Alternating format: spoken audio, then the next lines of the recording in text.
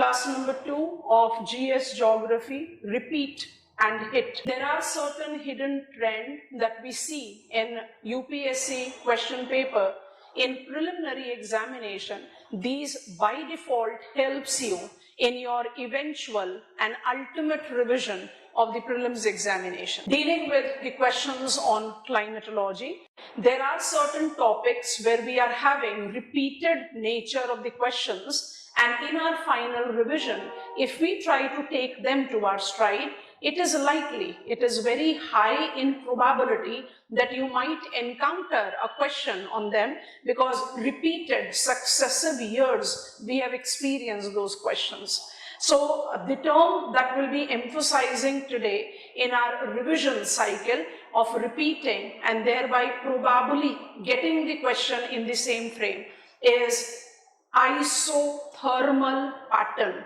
Now the questions on isotherms, I'll say, is the pet set of questions that have appeared in our general studies paper most frequently. Isotherms को learn करते समय कुछ fundamental characteristics of fundamental element of weather and climate को जज करना है. तो आज के इस सेशन में हम रिवाइज करेंगे few of the important expressions that goes with atmospheric temperature and is considered to be somewhere related but not necessarily synonymous, जो मुझे कहीं statement based questions में फंसा सकता है. तो आज की स्टडी हमारी रहेगी atmospheric temperature. Focus will be majorly on horizontal pattern of air temperature, where we take into account what is a temperature anomaly, how do I correlate it with isotherms. जब isotherms and isomnomalous lines के बारे में बात करते हैं तो कुछ similarity है. They correlate to each other, they relate to each other, but they are not synonymous. What is isopleth map? यहीं से शुरू कर लेते हैं. Isopleth maps को कौन सा मैप बोलते हैं? वो मैप जिसमें इमेजिनरी लाइंस ड्रॉ की जाएं जो इक्वल वैल्यूज को कनेक्ट करती हैं. जैसे isotherms connects the places having same temperature. Isobars connects the places having same air pressure. तो इस तरह की जो लाइन मैप्स होते हैं उनको आइसोप्लेथ बोलते हैं. तो you can see that isotherm में भी iso term is common which is identified in isanomalous lines. तो दोनों ही आइसोप्लेथ मैप्स हैं, बट दोनों में क्या सिमिलैरिटी है? बिल्कुल भी नहीं. So we want to learn them one by one. What is atmospheric temperature? Air temperature, amount of heat present in atmosphere. And when I take reference of this without any specification, I read it to be amount of heat present in troposphere, the weather layer of the atmosphere. Troposphere 18 kilometers from mean sea level, where almost all weather phenomena takes place. Atmospheric temperature is also defined as fundamental element of weather and climate. अगर weather और climate का fundamental element है तो automatically इसको किसके साथ relate करना चाहिए? ट्रोपोस्फेयर के साथ. ट्रोपोस्फेरिक एटमॉस्फेरिक टेम्परेचर, तो 2 पॉइंट डेफिनेशन ले लिया. It's amount of heat present in atmosphere, troposphere. It is fundamental most element of weather and climate. तो इसमें मुझे कौन कौन सी चीजें हैं जिसको डिफाइंड तरीके से पढ़ना है. आप आइसोनोमलस लाइंस को नहीं डिकोड कर सकते जब तक आप आइसोथर्म्स को नहीं पढ़ोगे. और आइसोथर्म्स को पढ़ने के लिए आपको टेम्परेचर एनोमली की रिवीजन बहुत ज्यादा जरूरी है. तो एक सीक्वेंशियल परव्यू में पढ़ते हैं, तीनों टर्म्स को डिकोड करने की कोशिश करते हैं. सो आई गेट ऑन फर्दर. जब टेम्परेचर पैटर्न को सिनॉप्टिक स्केल में लेते हैं, सिनॉप्टिक का मतलब क्या होता है? ग्लोबल स्केल पर, मैक्रो स्केल पर. आप इसको प्लैनेटरी स्केल भी बोल सकते हैं, बट ये terms by default can appear in your question paper, so you should be comfortable with that. ठीक है.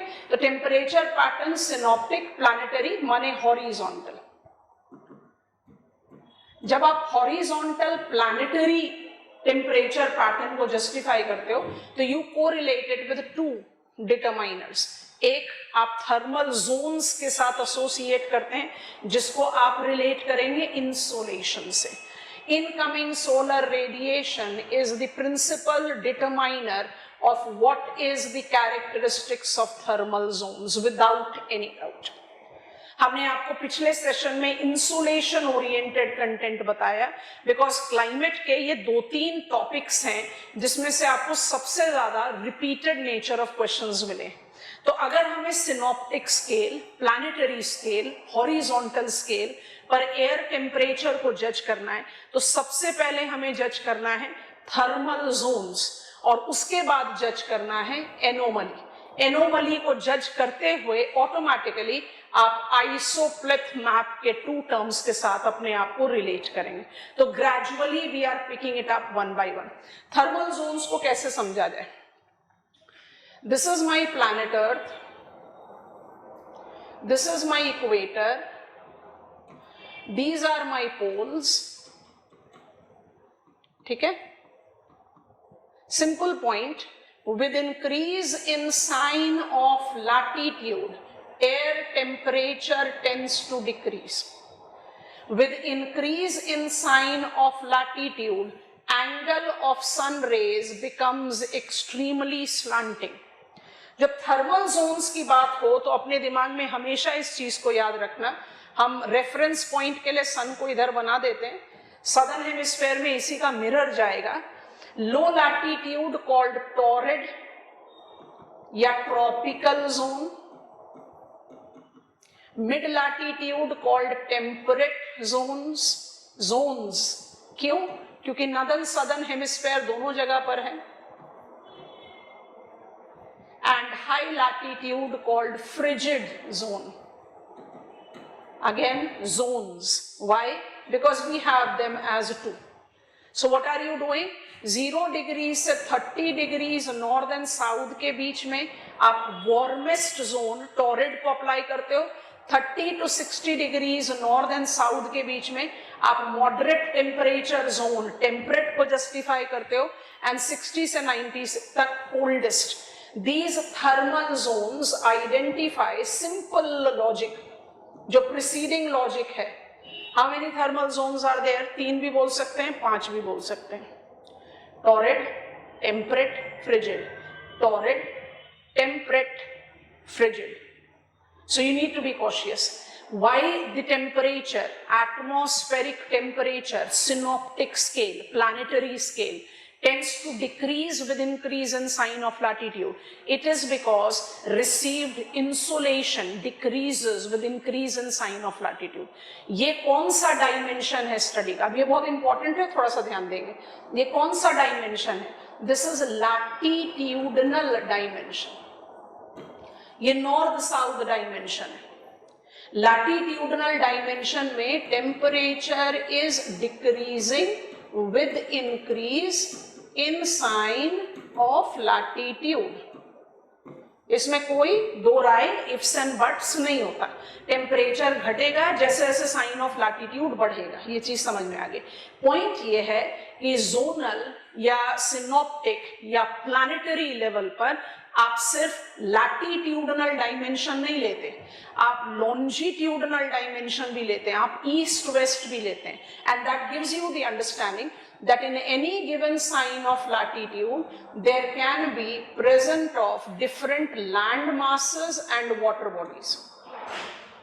You can have different relief. Land water का unequal distribution है।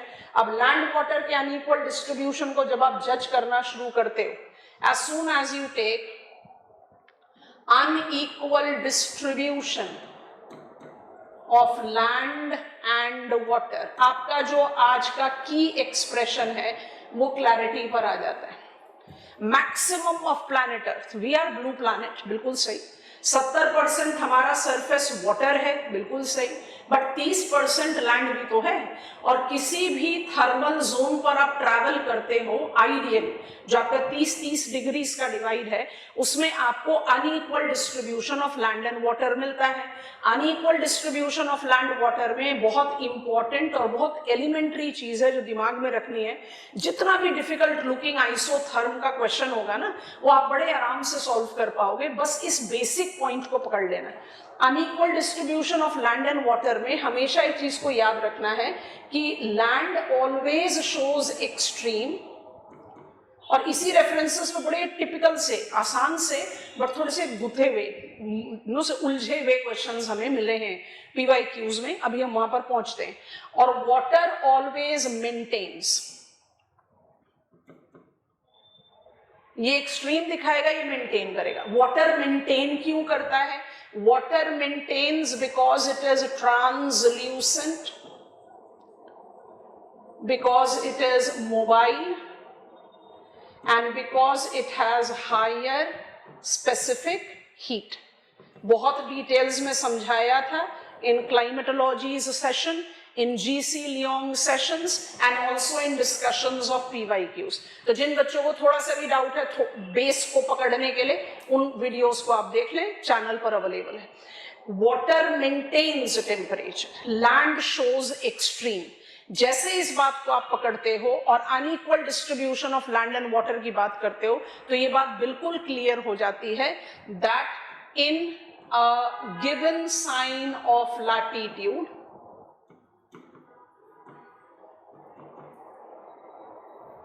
Land and water can not have same temperature. तो क्या हम thermal zones को rule out कर देते हैं? नहीं। थर्मल जोन्स कौन से पैटर्न को जस्टिफाई कर रहा है? लैटिट्यूडनल। और जो आप अभी बात कर रहे हो वो लॉन्जिट्यूडनल है। तो India being in lower latitude will always be warmer than Siberia. Arabian Sea being in lower latitude will always be warmer than Sea of a Coast, but India and Arabian Sea or Siberia and Sea of a Coast will not have same temperature in any given point in time. That gives you the reference of temperature anomaly. अब temperature anomaly को किस तरह से define किया जाता है? Temperature anomaly is defined to be deviation. Anomaly का मतलब होता है जो नॉर्मल से हट जाए। अंडर दिस गिवन सर्कमस्टांस, मान लीजिए कि आपसे ऐसे बोला जाए कि इस समय right at this point in time, एक हफ्ते पहले चले जाओ तो end of February, month of March, अगर आप थोड़ा सा इसका डिमार्केशन देखें, फरवरी तक वेस्टर्न डिस्टर्बेंसेस का होना नॉर्मल है।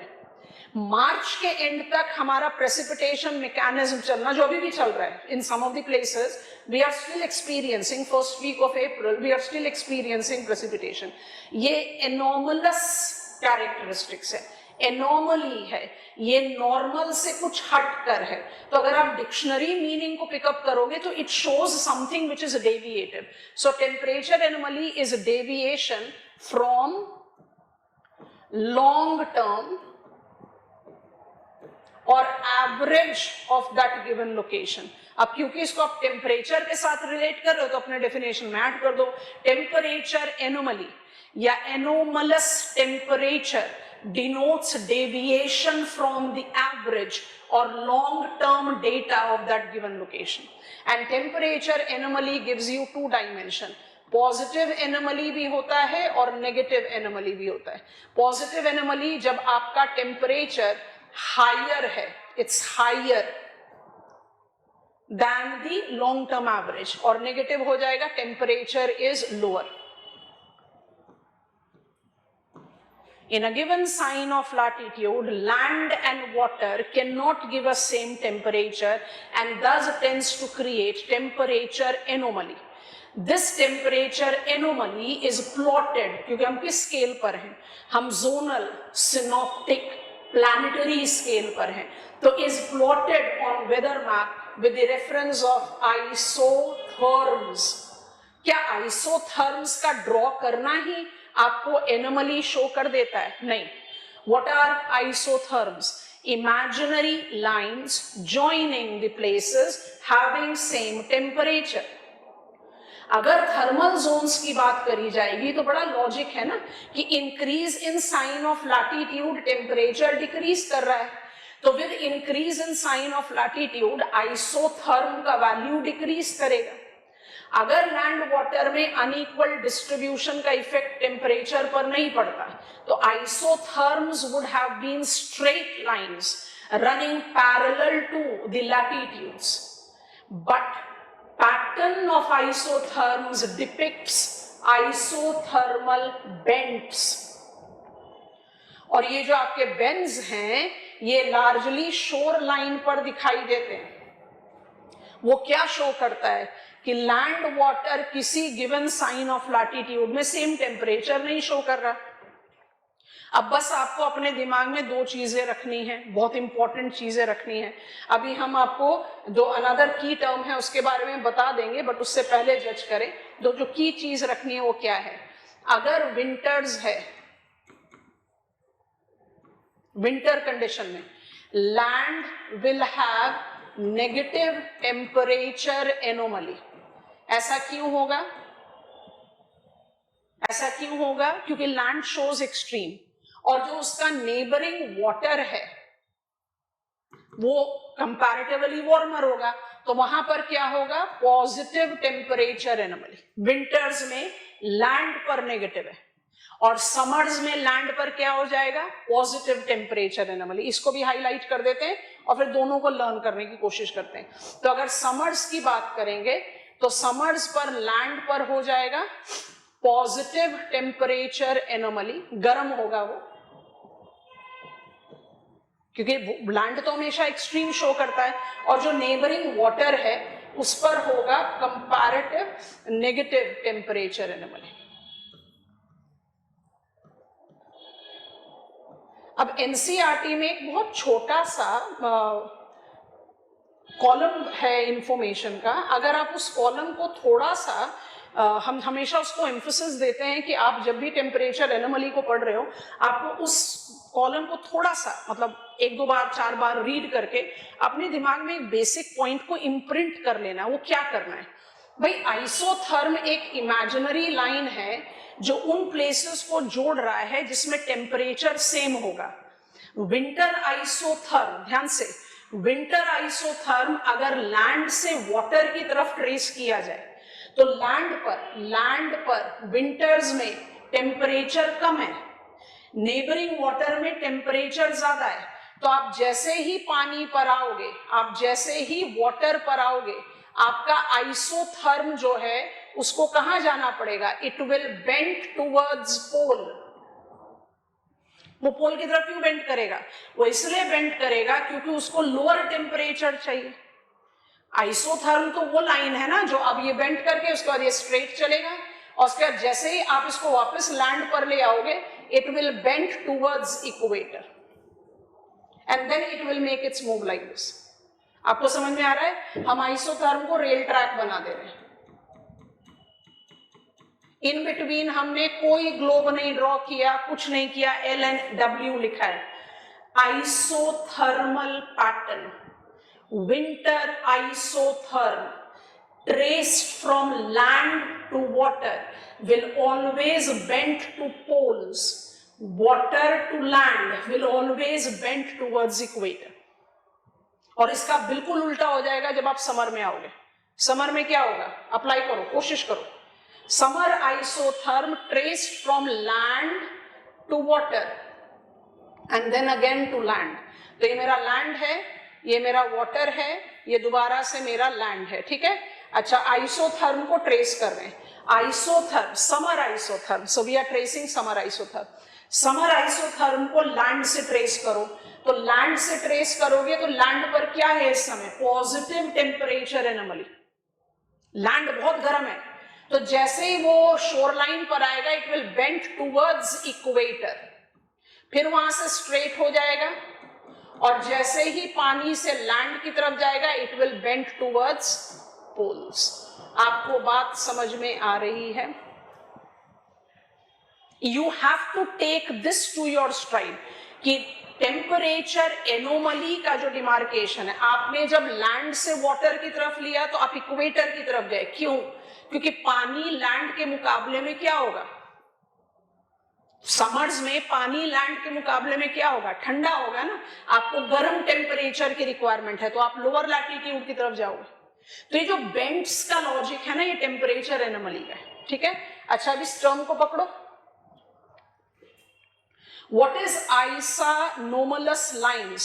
They denote nature or magnitude of anomaly. Actually क्या है? Relate कर रहा है, बड़ा अलग है। What are these lines? These are the lines which relates to isopleth map, which joins the places having same nature और magnitude of anomaly. अब ये anomaly temperature भी हो सकती है, ये anomaly pressure की भी हो सकती है. So these are also isopleth lines. I repeat one more time. What are isotherms? Imaginary lines joining the places having same temperature. What is isanomalous lines? These are imaginary lines joining the places having same magnitude or nature of anomaly of any of the climatological indicator. It can be temperature, it can be air pressure. Temperature anomaly at the synoptic level is depicted with the pattern of isotherms. Isotherms always shows bends at shoreline. Nature of bends of isotherm is dependent on season and relief transition.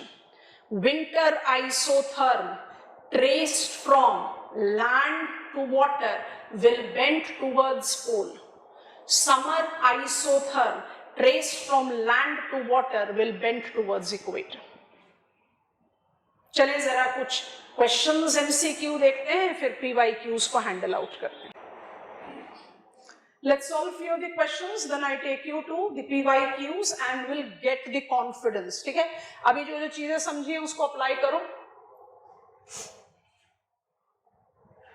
and take it to your poise, confident. The concept of isonomous line is closely related to isotherms. Which of the following best describes these lines? I told you, line joining places having equal difference between their actual temperature and the average temperature of their latitude. जो long term average है उससे ज़्यादा जो भी common आएगा उसको आप apply करोगे with isonomous lines. Isotherm एक बहुत major pet topic है, तो थोड़ा सा ध्यान से इसको pick up करना है. Okay? आगे बढ़ते हैं. Other two questions that I have created. Question को थोड़ा ध्यान से देखना and apply it. During northern hemisphere's summers, apparent shift of sun towards north. Why the thermal equator is found significantly north of geographical equator, some 20 degrees to 25 degrees north over Africa and Asia. Monsoon, ITCZ concept of Flon. Why there is exceptional bent of thermal equator? Because the presence of massive Eurasian and African landmass which heats up intensively. Land always heats up intensively. Rather आप इसमें क्या add कर सकते हो?